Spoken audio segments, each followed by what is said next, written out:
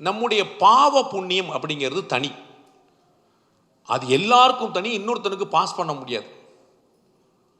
புண்ணியம் வேணா பாஸ் ஆயிரும், பாவம் பாஸ் ஆகாது.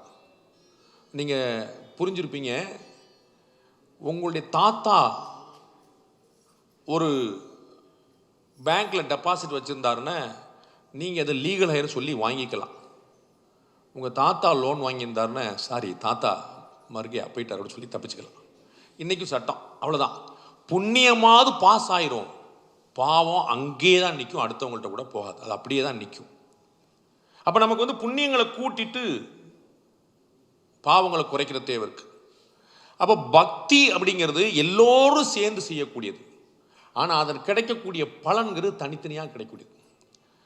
இஸ்லாத்திலையும் கிறிஸ்டியானிட்டிலையும் பிரார்த்தனைகள் கூட்டம் கூட்டமாக செய்வார்கள். ஹிந்து மதத்தில் கூட்டம் கூட்டமாக செய்கிற பழக்கம் கிடையாது. அவனவன் சாமி, அவனவன் தேவை, அவனவன் பக்தி, அவனவன் பலன் அவன் அனுபவிச்சுக்க வேண்டியதுதான். பஜனை கீர்த்தனை இது பூரா பண்ணலாம் எல்லாரும், ஆனால் அவனுக்கு என்ன கிடைக்குங்கிறது அவங்க கையில் தான் இருக்கு. அதை இன்னொருத்தன் வாங்கிட்டு கொண்டு வந்து நிப்பாட்ட முடியாது.